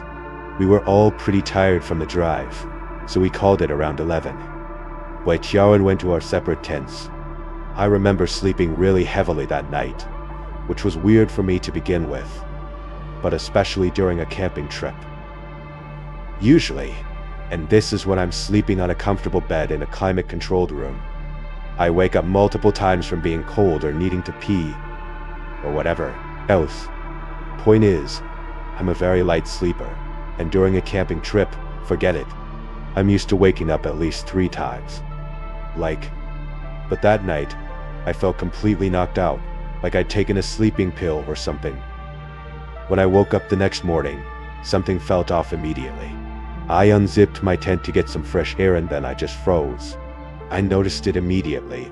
All 4 of our tents had been moved. Not ruffled or roughed up by an animal, actually moved. They were arranged in this perfect square formation around a pile of stones that definitely hadn't been there when we went to sleep. Part of me felt like I was still dreaming. That's how bizarre and borderline unbelievable the sight before me was. Each tent had been relocated maybe 20 or 30 feet from where we'd originally set them up. But that's not really what freaked me out. The stakes were still perfectly secured in the ground, and nothing inside any of the tents had been disturbed. My sleeping bag was exactly how I left it, My phone was still plugged into my portable charger, and all my other gear was in the same spot. Nothing was missing from my tent, which I checked, double-checked, and triple-checked. I thought I was going crazy. I yelled to wake up my friends. Kevin was the first one to emerge from his tent, and I didn't even have to explain the situation to him. I could see on his face that he was experiencing the same confusion I was in. Ollie and Desi crawled out a few seconds later, and as I watched them take a look around at the campsite, it was the exact same thing. None of us remembered anything. But then, Ollie mentioned that she had this really vivid dream about walking in a line through some kind of desert landscape while someone counted her steps out loud. And then Kevin chimed in, saying he had a dream about being in the army, marching alongside his fellow soldiers. SCB didn't remember having a dream, and neither did I. But we found it odd that both Ollie and Kevin had eerily similar dreams. The vibe between the four of us was really weird, but hard to describe. It was almost like we were reading each other's minds. It's kind of hard to express the feeling, but it really did feel like we were more connected than we had been the night before. But in a bad way. I remember looking back and forth between them, trying to figure out what it was that I was feeling around me. The best way I can think to describe the feeling is what it would have felt like if there was a fifth person watching all of us who was also part of all of us. We examined the campsite a little more carefully, looking for clues or anything that would help us piece together what happened. At first, Kevin suggested that maybe we had just gotten really drunk and forgot about what we did the night before, but this theory was shattered in about 5 seconds. We found these drag marks in the dirt leading from where each tent had originally been positioned to where they ended up. The weird thing was, the drag marks stopped about 10 feet short of each tent's final location. Like someone had dragged them part way, and then lifted and carried them the rest of the distance. The pile of stones in the center was even stranger. There were exactly 4 stones, and they were balanced on top of each other like some kind of sculpture. It actually would have been pretty were it not for the circumstances. Kevin walked over to get a closer look, and as he was leaning in to examine the top stone, he tripped and ended up knocking the whole thing over. The stones just kind of tumbled to the ground, nothing dramatic. For a second, the 4 of us just stood there in silence, staring at the scattered stones, and then things went from a 5 to a 10. At the exact same time, all 4 of us started hearing this low rumbling sound coming from somewhere in the distance. It sounded like rocks grinding against each other, not like an earthquake or anything, more like an old stone door being pushed open. Hearing that sound kind of sent us into a panic, and we all just started packing without even discussing things. Like I said before, it felt like we were reading each other's minds, and that also applied to our feelings. I could feel my friends' fear, and I knew they could feel mine. It was really freaky. 10 times freakier than it had been not 2 minutes ago. I don't think I've ever packed up a campsite so quickly in my life. Realistically, we were out of there in under 5 minutes, but it felt like an eternity in that moment. I'm not gonna harp too much on what happened. I really don't like thinking about what happened that night, and I'm worried that if I think too much about it, it'll go from being a fever dream that sort of sits in the back of my mind to something more real. That was 5 years ago now. The 4 of us don't really see each other anymore, but I guess that's kind of how it goes as everyone gets older. Kevin moved to Denver after graduation. Ollie's in grad school in California, and I think SEB moved to Chicago with his girlfriend. We keep in touch, but we've never really talked about that night since. Mike, my name is Simon. This happened last summer when I was 23. My girlfriend, Cadence, and I have been planning this camping trip for months. Just the 2 of us. No cell service, no distractions. We'd been together for about 1.5 years at that point, and honestly, things had been getting a little stale. Not bad, just routine. We figured a weekend in the woods would be good for us. We picked a spot in the Uwharrie National Forest in North Carolina. I'd been looking at different locations online for weeks, trying to find something that wasn't too crowded but also wasn't completely isolated. The place I settled on was this campground about 3 miles down a Forest Service road. According to the reviews, it had maybe 6 or 7 sites total, and they were pretty spread out from each other. We left Friday afternoon around 3. Zyro stopped for supplies at a grocery store near the forest entrance, and made it to the campground just before sunset. The road getting there was rough, lots of potholes and loose gravel, but my truck handled it fine. When we pulled into the main clearing, I was honestly pretty satisfied with my choice. There were a few picnic tables scattered around, a couple fire rings, and the sites themselves were perked back into the trees enough that you'd have some privacy. We drove around slowly, checking out the different spots. Most of them were empty, which was good. We passed one site that had a blue sedan parked there, but I couldn't see anyone around it. Kaidans pointed to a spot at the far end of the campground, right where the road dead-ended into the forest. It had a decent clearing for the tent and was positioned so that the trees blocked the view of the other campsites. We spent the next hour setting everything up.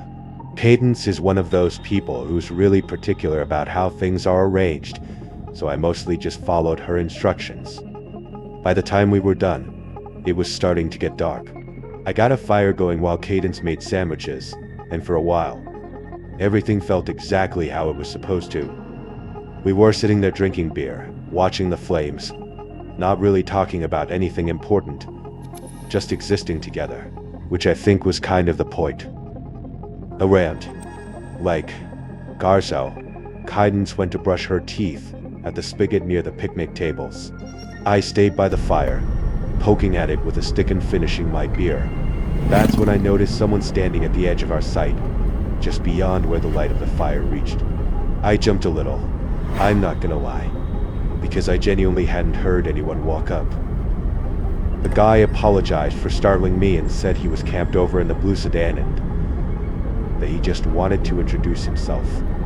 His name was Aiden, and he looked to be about 30.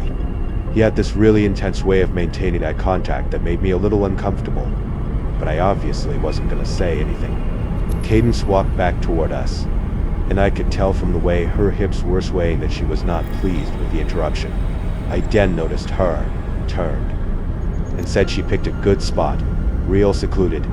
He mentioned he was solo camping, trying to get away from people for the weekend, which seems kind of contradictory since he was literally standing on our campsite making conversation. And by the way, as soon as Cadence walked back, I didn't exist anymore. This guy, Aiden's full attention was on my girlfriend, which wasn't exactly surprising but weird as hell. We talked for another minute or two, and by we, I mean he talked to Cadence while she just gave him awkward reply after awkward reply. Waiting for him to get the hint.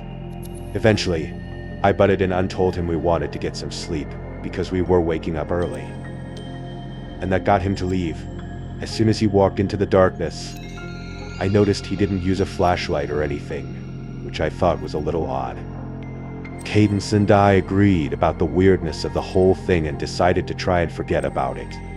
We stayed up for another hour or so, then put out the fire and went to bed. I don't remember falling asleep, but I do remember waking up, and the moment I woke up, I realized something was wrong. It took me all of 3 seconds to realize I had woken up to voices somewhere in the distance. It sounded like the people having a conversation somewhere near our campsite. I looked over and saw Cadence fast asleep, and that's when the guardian instinct in me kicked in. I didn't freeze or cower in the tent, but rather actually went out to investigate. I unzipped the tent as quietly as I could and poked my head out. The voices stopped almost immediately, like they had heard me, even though I thought I was being dead silent. As quickly as I could, I grabbed my phone and turned on the flashlight, shining it around our campsite. But whoever had been there had either already left or was further away than I initially thought. Eventually, I went back inside the tent and tried to go back to sleep. It was a public campsite, after all. People stay up really late on camping trips, so I didn't think it was anything threatening. I just hoped whoever had been out there got the hint to have their 3 dog somewhere far away from where I was trying to sleep. I didn't bother mentioning it to Cadence. Like, the next morning, I didn't really see the point in stressing her out over nothing. We spent most of the day hiking, which was a lot of fun and a decent workout, honestly. As the sun started to go down, I went to grab more firewood from a pile we'd made near the truck. That's when I noticed something on the windshield. It was a napkin, folded in half and tucked under the wiper blade. I pulled it out and unfolded it, and I was shocked to discover that it was a note. A note saying, "You should move your tent." I obviously wasn't going to keep that to myself, so I showed Cadence the note and told her what happened the night before. When she saw the note, she immediately asked if it was a den. I said I guess so, because who else would it be? And as the two of us were discussing what to do next, obviously more than a little freaked out, as if on cue, who walks up at a den? He was wearing the exact same getup as the day before, and looking at him filled me with a mix of rage and fear. The rage one. And I told him he needed to stop just walking up like that, more aggressively than I probably should have. I was 100% convinced he was behind the note and the talking from the night before, and I wasn't gonna let him think that he was fooling me. He said sorry in a gruff voice and said he was just checking up on us. Before I could respond, Cadence asked him why he'd need to check up on us, and he actually said something that really surprised me. He told us he didn't want to freak us out, but that he was surprised to see people as young as we were at the campsite. He said that there was a bunch of weird stuff that had been known to occur around here. Freaky stuff. He said he'd found deserted campsites deep in the woods, signs of people's belongings, and other weird things. I didn't really trust the words he was saying, but he said it so matter-of-factly that part of me thought he was being genuine. He went on to say that he heard people walking around his car the night before, so he was going to cut his trip short and go home before the sun set. Then he advised us to do the same. At that point, I wasn't going to argue, and it's not like Cadence wanted to stick around either. So we all started packing our stuff.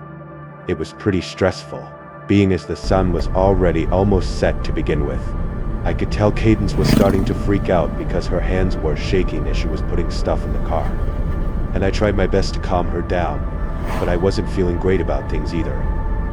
We finally finished getting everything in the car, and I started pulling out without another word. The sun was basically set at that point, and it would probably be fully dark in a few minutes. But as I was driving out, I noticed 8N's blue sedan was still in his campsite, which I found strange. I saw a den crouched down near one of his tires, so I actually stopped my car. I asked him what he was doing, and he stepped back from his car to reveal a massive gash in the tire, something that was definitely done deliberately. There was no question about it. Cadence said, "Holy," and I was pretty shocked to see it as well. I didn't know what to do at first. He asked if I could give him a lift, but Cadence whispered that she wouldn't be comfortable with that.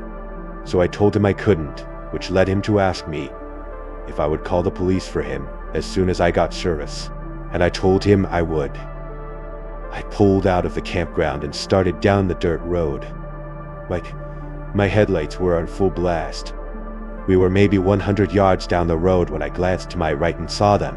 There were 3 figures standing in the woods, maybe 30 feet off the road. They weren't moving, and it didn't look like they weren't trying to hide either, almost like they wanted to be seen. I only saw them for a split second, but I was 100% sure they were people, and Cadence noticed them as well. My foot instinctively hit the brake. I don't even know why. Maybe some part of me thought I should go back and warn Aden, or maybe I was just trying to process what I was seeing. But before I could think it through, Cadence grabbed my arm and screamed at me to drive, like a genuine scream. So I did. Cadence didn't say anything the entire way back to the main highway. As soon as I got service, I pulled over and called 911. I told them everything, and the dispatcher said they'd send someone to check on him. Wait, we never heard back from them. I wasn't really expecting to, but I had this sick feeling that something really wrong happened to Aden and that I was partly to blame. Cadence tried to reassure me that he was in on the whole thing, which is a possibility, but I think that's just a way to cope more than anything. Either way, this is still something I think about from time to time. So this was 2 Mays ago. I was 28 at the time, working remotely as a consultant out of Bozeman.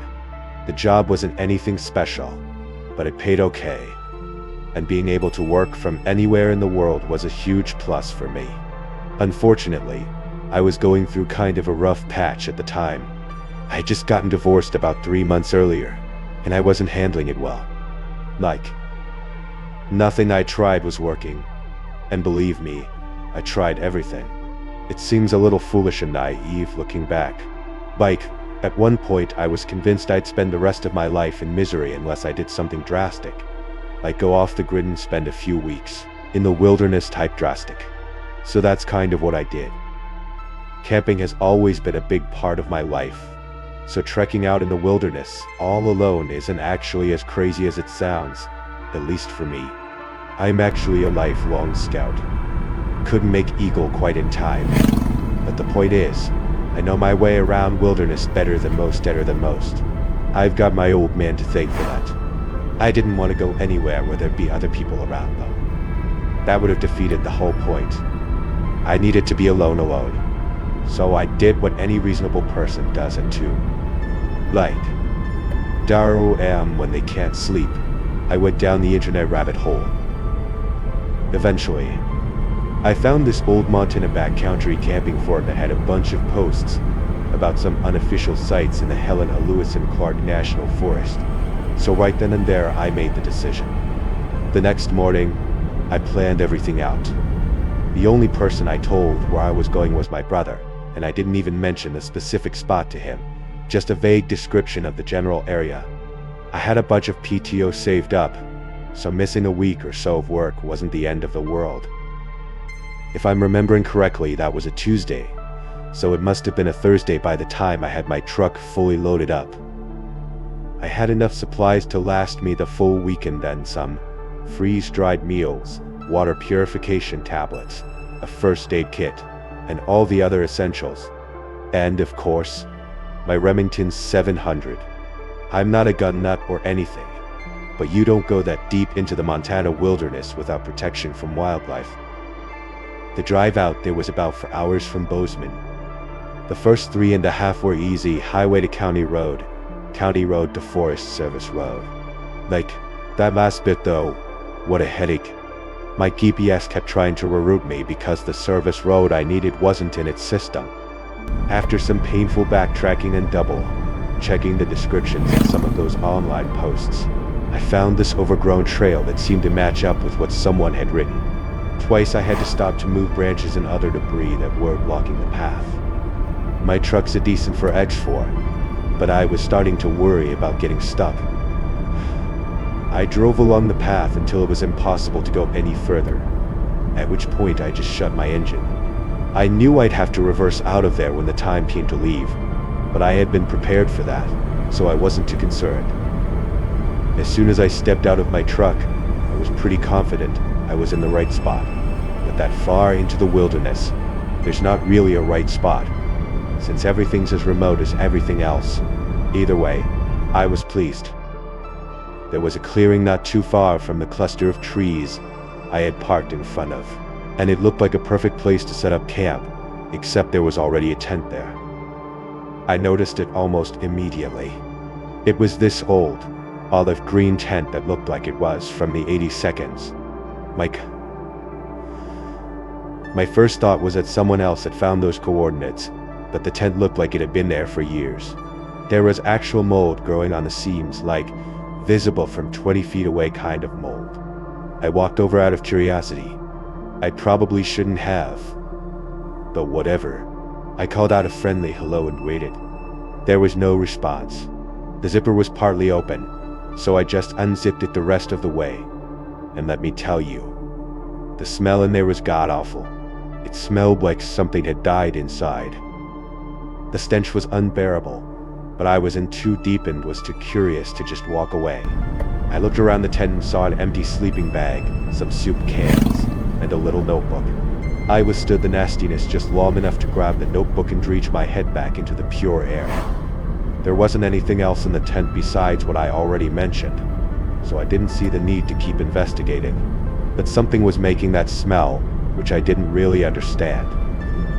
But anyway, after stepping out of the tent, I started flipping through this little notebook and immediately realized what it was. Pages and pages of tally marks.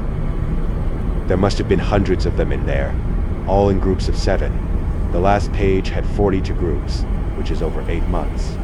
I wasn't really spooked at that point, more so curious and kind of excited to have stumbled upon my own little mystery. But after flipping through the notebook a few times, there wasn't really much else to do. I ended up keeping it. What was I gonna do? Return it? But anyway, I decided to set up my own camp on the opposite side of the clearing, decent distance away from the tent, but close enough to keep an eye on it. I didn't like the thought of letting it out of my line of sight.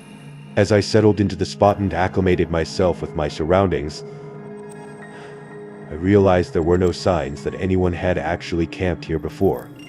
I went for a pretty extensive hike and didn't find any old fire rings, trash, trails, footprints, anything that would even marginally suggest another human. It was a really clear night that night. I remember that distinctly because the stars were incredible out there. The drive-in setup had exhausted me, so I fell asleep pretty quickly. I woke up randomly in the middle of the night. I had no idea what time it was, but I knew for a fact I didn't wake up to nothing. I'm a very heavy sleeper even out in the wilderness, so I knew something was wrong. I froze in the dark and listened, trying to hear for an animal or whatever else could have woken me up. And after about 30 seconds, I heard it, whispers. It sounded like 2 or 3 different voices, and if I had to guess, I'd say they were maybe 20 feet from my tent. Like, they were having some kind of conversation, but I couldn't make out what they were saying. I was so freaked out I started sweating. When you go that deep in the wilderness to be alone, the last thing you're expecting to stumble upon is another person, let alone multiple people. It doesn't sound like the scariest thing per se, but in the moment, I was terrified. I stayed frozen in my sleeping bag, pretending to be asleep. The voices stopped, but I still didn't want to move, and after a few seconds, I started hearing footsteps around my tent. I realized whoever was out there was circling my tent the way an animal might instinctively. My hand went straight to my rifle, which turned out to be the correct decision, because not 2 seconds later, someone started yanking on my tent zipper. When it didn't budge thanks to the clips I put on, they pulled back. I had my rifle aimed directly at the tent flap, and a very strong part of me wanted to just fire right then. I was expecting the person messing with my tent to just leave, but no. They started scratching the flap like they were trying to cut their way in. And that's what set me over the edge. I spoke up, saying I had a gun in to back the fuck off. The scratching stopped immediately. There were a few seconds of complete silence, and then I heard footsteps, multiple sets of footsteps, running away in what sounded like different directions. It sounded like at least 3 people, which was somehow 10 times worse than the thought of it being just 2.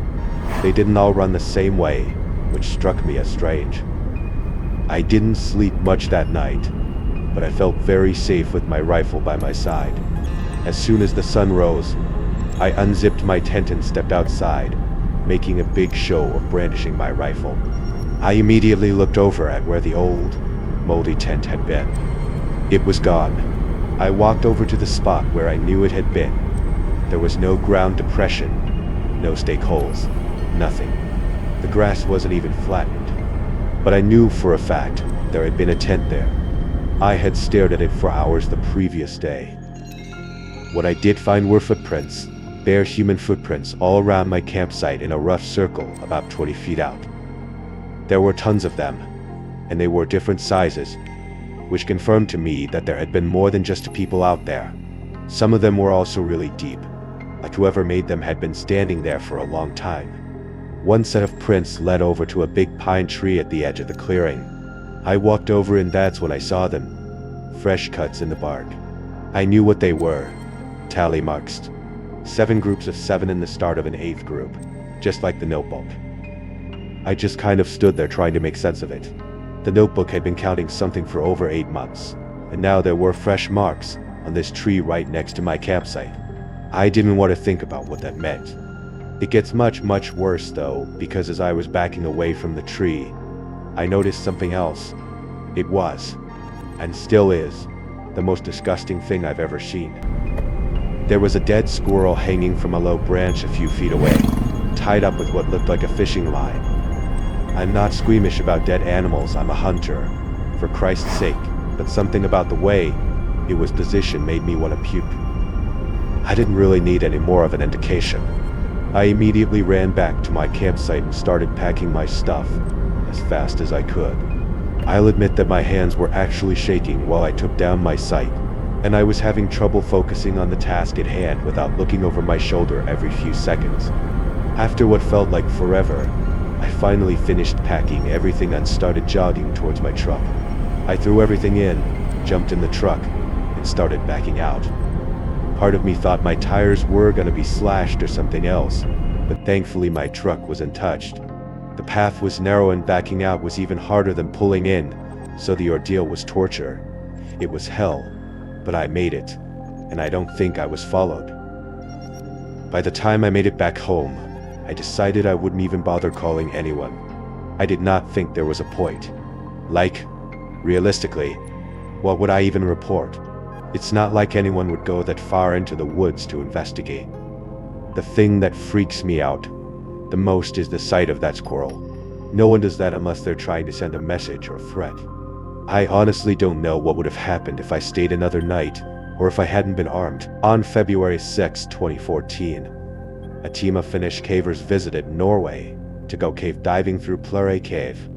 What they didn't know was that their journey would end up becoming one of the most harrowing caving disasters in the country's history. However, what made this already tragic event even more devastating was the fact that one of the divers, 46-year-old Kaikon Kanin, was all too familiar with the dangers of cave diving firsthand. He had lost his close friend and longtime diving partner during an exhibition through Moen to Loch Warri in central Finland just a year earlier. Yet, within months, he was back, preparing to dive into one of the most treacherous underwater cave systems in Europe. Wait, this time he was joined by 4 other elite divers, including 42-year-old Patrick Gion Vist, 40-year-old Jari Hai Otterinen, 34-year-old Jari USA Maki, and the youngest, 33-year-old Vise Radman. The plan was to enter through the submerged opening in the PLRA River and exit through a second entrance. But pulling it off successfully wasn't going to be that simple, largely since PLRA is the deepest known cave in Northern Europe. The connection between the 2 entrances was also discovered only recently, so there wasn't much information on how to navigate it successfully either. This newly discovered route descended over 130 meters into pitch black, icy water with brutal cold and tight squeezes, further adding to its extreme difficulty. Even if everything went according to plan, the dive would have still taken 5 hours to complete, and in such brutal, unpredictable conditions. But the margin for error was nearly zero. Any deviation from the carefully planned route, equipment failure, or a single tear in a dry suit meant a slow, freezing death. With all this in mind, the group went to the starting location on February 6th and cut a triangular hole in the ice to start their descent. But instead of diving all at once, the team split into 2 groups. Gary H. and Patrick went first, using underwater scooters to conserve energy, and the other 3 followed 2 hours later, giving the sediment time to settle for clearer visibility. This was a crucial precaution, since sunlight barely penetrated more than a few meters into the cave, so any loss in visibility could have proved fatal. Fortunately, things started off on the right note.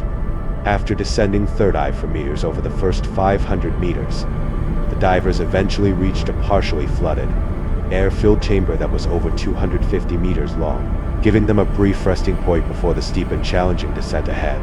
But surprisingly, they encountered little resistance on their way to the deepest section of the Pluré Cave, and for a brief moment, they allowed themselves to believe the entire mission might actually be this effortless. Unfortunately, they couldn't have been more wrong, something they came to realize after reaching a shockingly narrow section of the cave with a sharp turn. A fully geared diver could barely squeeze through, but at this point, forward was the only way out. So Patrick decided to go first. However, as he was thinking of how he could navigate the turn, Yuri H's flashlight suddenly went out and then began flashing quickly. As Patrick turned back to see what was going on, he saw Yuri begging for help. Why, one of his bailout cylinders had gotten caught in the surrounding environment, preventing him from moving forward. Even worse was the fact that he was panicking, which at that depth is practically a death sentence. Patrick tried to calm him down, but there wasn't much he could do in that situation. The space was too tight, and one wrong move could rupture the suit or damage his gear. So he decided to focus on the core issue at hand. He let go of his scooter and carefully swam back to shift the bailout cylinder a few meters forward, helping Yuri free himself. But when he swam back to check on him, the situation had spiraled into something far worse. Yuri's breathing regulator was somehow out of his mouth. Patrick put it back in as quickly as he could. Unfortunately, it was already too late. Yuri's lungs were already full of water, ending his life in the process. With his friend's lifeless body floating in front of him, Patrick wanted to scream, but he couldn't. He had to stay calm. Otherwise, he was going to become the next victim of Plore's cold, in different depths. After taking some time to collect himself, Patrick checked his dive computer to see how long he'd have to stay submerged to avoid decompression sickness, and to his horror, it flashed for 100 minutes. This was a haunting increase from the 120 minutes he saw earlier. What was supposed to be a 5-hour dive was now going to take as much as 9, and staying there any longer would only increase this time even further. So with no other option, Patrick turned away from his friend's body and began to swim towards the second entrance, now with no one else to keep him company. What he failed to realize was the second team was heading straight into the nightmare he'd left behind. Following the original plan, the remaining 3 divers set out exactly 2 hours after the first team. But as they descended to the deepest section, Vesa heard a distress signal coming from someone's diving equipment. Fearing the worst, he swam toward the sound, only to be greeted by the very outcome he was dreading. He saw his friend Yuri's lifeless body blocking the narrow tunnel ahead. It was too much for him to even look at. Unfortunately, the narrow passage gave him no other choice. If he wanted to move forward, he had to face it head-on. Now he could have turned back, but that meant spending up to 12 hours underwater with no guarantee their oxygen would last that long. Meanwhile, Yuri, who was just behind Vesa, came face to face with the same tragic situation. But unlike Vesa, he lost his composure almost immediately and began to panic. Kai, the last diver on their team, tried to calm Yuri down, but it didn't work. Panic underwater turned lethal in minutes. His breathing became extremely erratic, eventually resulting in pleurisy, claiming the life of Yuri Maki as well. Kai rushed to inform Vesa about what happened, only to find him violently kicking, trying to squeeze past Yuri H's body. He urged Vesa to stop and turn back, but Vesa refused. With no other choice, Kai decided to go back the way he came, alone. By this point, he was convinced that Vesa would also die, just like the others. But by some miracle, Vesa managed to make it through not long after Kai turned back. At this point, 3 survivors were swimming alone, each believing he was the only one who made it out alive. Patrick and Vesa were heading toward the Steinhugla flag-lit dry chamber, while Kai was slowly making his way back to the Plore entrance. And after 8.5 hours in the water, Patrick was the first one to reach the surface around 9 p.m., with Vesa emerging just an hour later. On the other side of the cave, Kai broke through the thin ice covering the pond's entrance at around 1. Auto am, and he dragged himself into the van they all originally came in. He didn't know if Patrick or Vesa were still alive, but he held on to hope and began waiting for them to arrive. Fortunately, he didn't have to wait long. The two reached the van around 2. marking the end of their horrific journey through the underwater cave. But as terrifying as Plore was, it was far from the only cave to test the limits of human endurance. The Variovikina cave incident just 4 years later, a descent into the world's deepest cave, would also turn into a horrifying struggle to stay alive, one that made Plore look almost merciful. Variovikina cave, hidden deep in the mountains of Abkhazia, plunges over 22 meters into the earth, and fewer people have reached its bottom than have ever been to space. So in September 2018, a team of Russian cavers led by Pavel Demidov decided to face this challenge head-on for a second time, because as it turns out, they had already accomplished this feat just months earlier, and they not only reached the cave's bottom but also measured its record-breaking depth. The only difference was that this time, they were joined by 2 new faces, British cave photographer Robbie Shawn and his assistant Jeff Wade. They had 2 goals: photograph the cave's extraordinary terrain and also collect samples of possibly new species of shrimp and scorpion, both of which would help them study how life was able to sustain itself somewhere with absolutely no sunlight. But exploring this cave required an extensive amount of preparation. Each caver had to haul over 30 kilograms, or about 66 pounds of gear, while being wrapped in layers of thermal clothing to survive the cold. And the descent was just as brutal. To enter, they had to lower themselves through a narrow vertical shaft that dropped their altimeters straight down. And that was the easiest part, because the only way down from there was through thousands of meters of narrow, twisting tunnels. Reaching just the first camp, 600 meters deep, took around 8 hours. Fortunately, this was also their first rest stop. You see, unlike most caves that can be explored in a single day, Variovikina takes multiple days just to reach the bottom. So the previous cavers had to set up 6 underground camps where explorers could dry off, eat, rest, and mentally prepare themselves for crawling through mud and water, squeezing their bodies through awfully narrow passages, all while risking hypothermia due to the cave's near freezing temperature. Luckily, things were on schedule for Pavel and his group, and after 4 days of brutal descent, they finally reached the deepest camp. The plan was to stay there for over a week, explore the deepest tunnels, and photograph the surreal turquoise lake at the cave's end. And that's exactly what they did for the first 6 days. They even managed to collect some samples of the tiny organisms living in that darkness. However, this calm and peaceful exploration came to a sudden, crashing halt on day 7. And the first ones to face this upcoming disaster were Roman and Natalia, 2 team members who had left just over a day earlier to catch a flight. After a deafening roar, thousands of liters of water came crashing into the cave, flooding it without warning. They immediately contacted the rest of the team at the bottom through a cable line that was installed earlier. However, Robbie and the others weren't as worried as they probably should have been. Flood pulses weren't rare in deep caves, and they usually passed quickly. The group at the bottom assumed that this would be no different and went on with their activities.